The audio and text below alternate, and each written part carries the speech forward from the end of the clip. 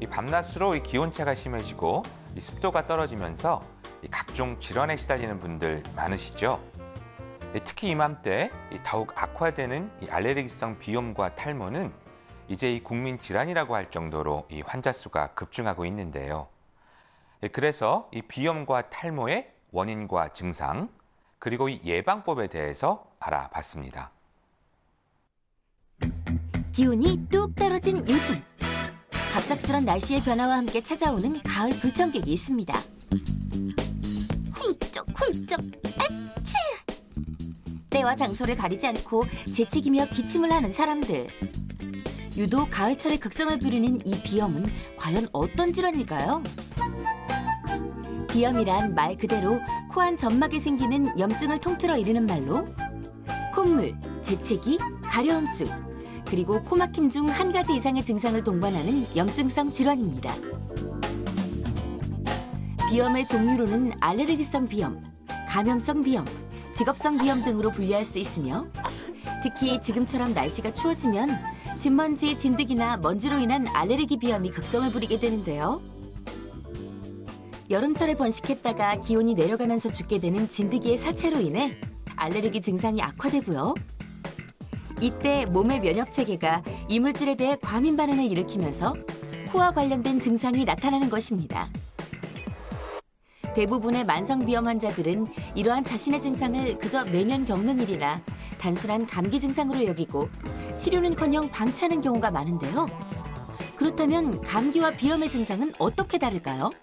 비염의 경우에는 코 증상이 주로 반복되는 것을 특징으로 할 수 있습니다. 그러니까 콧물, 코막힘, 재채기 등의 증상이 계절적으로 자주 반복되면 알레르기 비염을 의심할 수 있겠고요.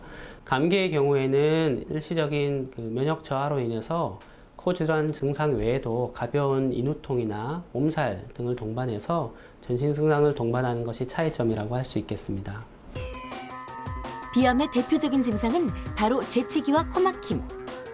언뜻 코감기와 증상이 유사해 보이지만 코감기는 가려움이 빨리 없어지고 콧물이 점점 누렇게 나오는 반면 비염은 찬 공기에 노출되면 바로 코가 막히거나 콧물이 흐르고 코뿐 아니라 눈의 가려움이 동반되는 것이 특징입니다.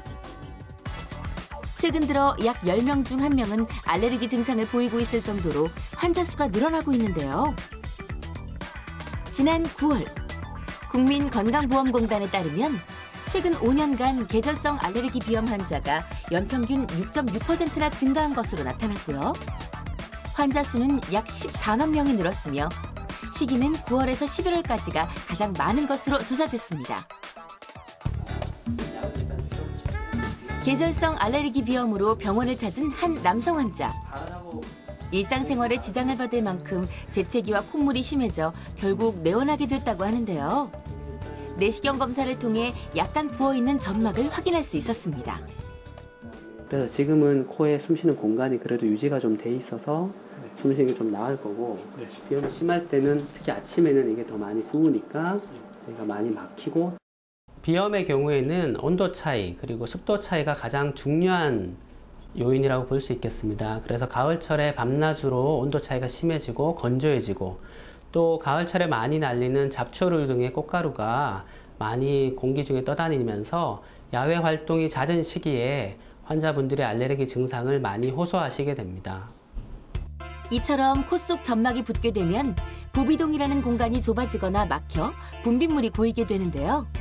이로 인해 만성 비염이나 축농증으로까지 이어질 수 있다고 합니다.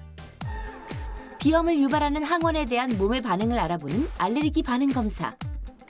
나무와 풀, 꽃가루, 동물의 털, 그리고 먼지 등 의심되는 알레르기 항원 시약을 떨어뜨린 후 피부 속으로 스며들게 하는 방법인데요. 알맞은 약물 치료와 차후 관리를 할 수 있습니다. 코 속 비대증이나 구조적 이상이 있을 경우 외에는 대부분 약물 치료로 증상을 호전시킬 수 있다고 하네요. 비염을 방치해서 코막힘이 지속될 경우에는 일단 가볍게는 잦은 상기도 감염, 즉 목감기를 자주 앓을 수 있겠고요. 이것이 오래 지속될 경우에는 천식 증상을 악화시키고 또 천식으로 이행한다는 보고도 나오고 있습니다.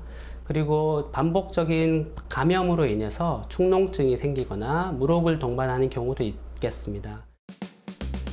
알레르기 비염을 예방하기 위해선 먼저 충분한 영양 섭취와 수면, 그리고 가벼운 운동으로 면역력을 향상시키는 것이 좋습니다. 특히 비타민 D는 불필요한 면역 반응이 생겼을 때 그것을 억제하고 조절해주는 기능을 가지고 있는데요. 등푸른 생선이나 버터 등을 통해서도 섭취가 가능하지만 이보다 약 20분가량 햇볕을 쬐는 것이 효과가 크다고 합니다. 또한 코안 점막을 항상 촉촉하게 유지해주고요. 외출 시에는 마스크 등을 착용하는 것도 잊지 마세요. 비어가는 모공만큼이나 마음 한켠이 서늘해지는 가을. 머리카락이 자라고 빠지는 일은 모발의 생명주기에 따른 자연스러운 현상입니다. 그런데 왜 사계절 중 유독 가을이 되면 탈모가 더욱 심각해지는 걸까요? 날씨가 추워지면 다른 때보다 2배 정도 증가한다는 탈모. 최근 급작스럽게 머리카락이 빠져 고민이라는 한 남성 환자를 만날 수 있었는데요. 평소에 원래 머리숱이 없었는데 가을철 돼가지고 지금 머리 감을 때마다 모발이 한두 개씩 더 빠지더라고요. 눈에 보이고 지금 그렇게 탈모가 진행되는 것 같아서 오게 되었어요. 일반적으로 탈모는 머리카락이 하루에 100개 이상 빠지는 것을 기준으로 이것이 정상적으로 회복될 정도의 생리적인 탈모인지 아니면 탈모가 가속되는 징조를 보이고 있는 것인지의 여부에 따라 판단하게 됩니다. 지금 보면은 탈모가 좀 초기 정도로 진행이 되신 것 같거든요. 원래는 한 모공에서 3개에서 4개 정도 있으신 게 정상이신데 지금 보통 1개에서 2가닥짜리가 많이 있으시고. 두피도 가을을 타는 걸까요? 도대체 환절기에 부쩍 머리카락이 많이 빠지는 이유는 뭘까요? 가을철 탈모는 계절의 변화로 인한 휴지기성 탈모입니다. 동물로 말하면 털갈이라고 할 수 있는데요. 날씨가 추워지면서 동물은 털을 갈아서 겨울을 대비하듯이 인체에도 비슷한 현상이 일어나게 됩니다. 두 번째 원인으로는 여름철 강한 햇볕과 열로 인해서 손상된 두피와 모발이 빠지는 것입니다. 세 번째로는 가을철이 되면 남성 호르몬이 증가하게 되는데요. 남성 호르몬은 탈모를 유발시키는 원인이 됩니다.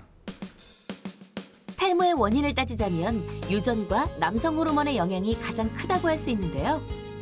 프랑스 한 대학에선 남성 호르몬의 수치가 가을에 가장 높았고 이 때문에 가을에 머리카락이 더 빠진다는 결과를 보고하기도 했습니다.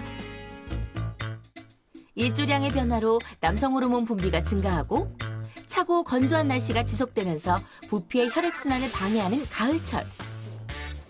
하지만 탈모는 더 이상 남성들만의 고민이 아닙니다.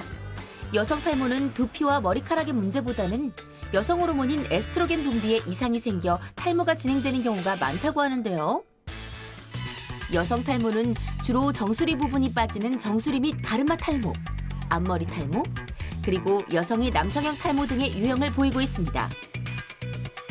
얼굴 피부에도 여드름이나 지루성 피부염이 생기듯 많은 염증에 노출되어 있는 두피. 탈모 환자에게 두피 염증이 동반될 경우 이처럼 모낭이나 모발 영양 상태가 악화될 수 있으므로 특히 두피 관리에 신경 써야 합니다.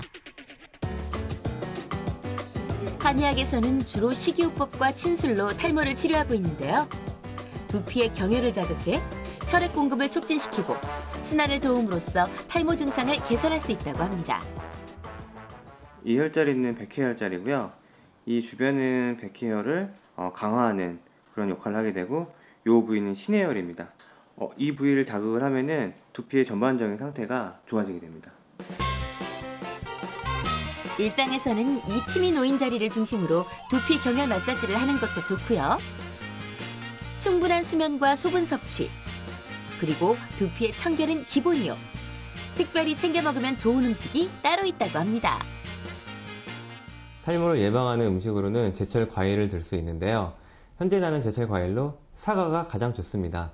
사과의 신맛은 모공을 수축시키고 모근에 힘을 줘서 탈모를 예방할 수 있습니다. 다음으로는 토마토인데요. 토마토는 신장의 기능을 좋게 하고 혈액순환을 도와서 탈모를 예방할 수 있습니다. 마지막으로는 미네랄이 풍부한 굴을 들 수 있습니다. 굴에는 아연이 풍부한데 아연은 모근이 협성되는 데 필요한 필수 영양소로서 모발을 재생시키는 가장 좋은 효과가 있습니다. 소중한 내 머리카락을 지키는 방법. 이번엔 맞춤형 두피 관리법을 알아볼까요? 두피에 붙어있는 각질을 제거하고 영양분을 공급시켜주는 두피 스케일링. 모근 안에 깊숙이 각질을 제거해주는 그런 딥클렌징 역할이라고 생각하시면 되세요. 모공 속 묵은 피지와 노폐물을 제거한 후 경직된 두피의 긴장을 풀어주고 림프 순환을 촉진시켜 두피의 혈액 순환을 돕습니다. 자극받은 두피를 진정시키기 위해 따뜻한 스팀으로 모공을 열어 수분을 공급하고요. 두피 상태에 따라 적절한 수압을 이용해 불린 노폐물을 제거한 후 마지막으로 저준위 레이저를 쬐어줌으로써 염증을 완화시키고 모발 생착률을 높여줄 수 있다고 합니다. 머리 위에서 빙글빙글 도는 이것은 자기장을 이용한 탈모 치료 장비인데요. 두피의 성장을 촉진시키고 탈모의 진행을 늦춰준다고 하네요. 또 다른 치료법, 두피 메조테라피. 모낭 성장에 필요한 250여 종의 단백질과 아미노산을 모근의 줄기세포에 직접 주입하는 방법인데요. 약물이 전신이 아닌 두피에만 흡수되기 때문에 비교적 부작용이 적다고 합니다. 탈모를 예방하기 위해선 적절한 운동도 필요하겠죠? 몸을 활처럼 꺾어 뒤로 젖힌 후 양손으로 양발의 뒤꿈치를 잡고 유지하는 낙타 자세와 무릎을 꿇고 앉아 등을 동그랗게 만 다음 정수리를 바닥에 대고 유지하는 토끼 자세.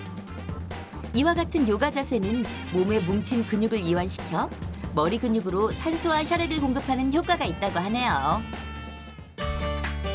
가을이 가고 겨울이 다가올수록 탈모는 더욱 심각해질 수 있습니다. 잘 다져진 땅에 튼튼한 나무가 자라듯 건강한 두피에 건강한 모발이 자란다는 사실.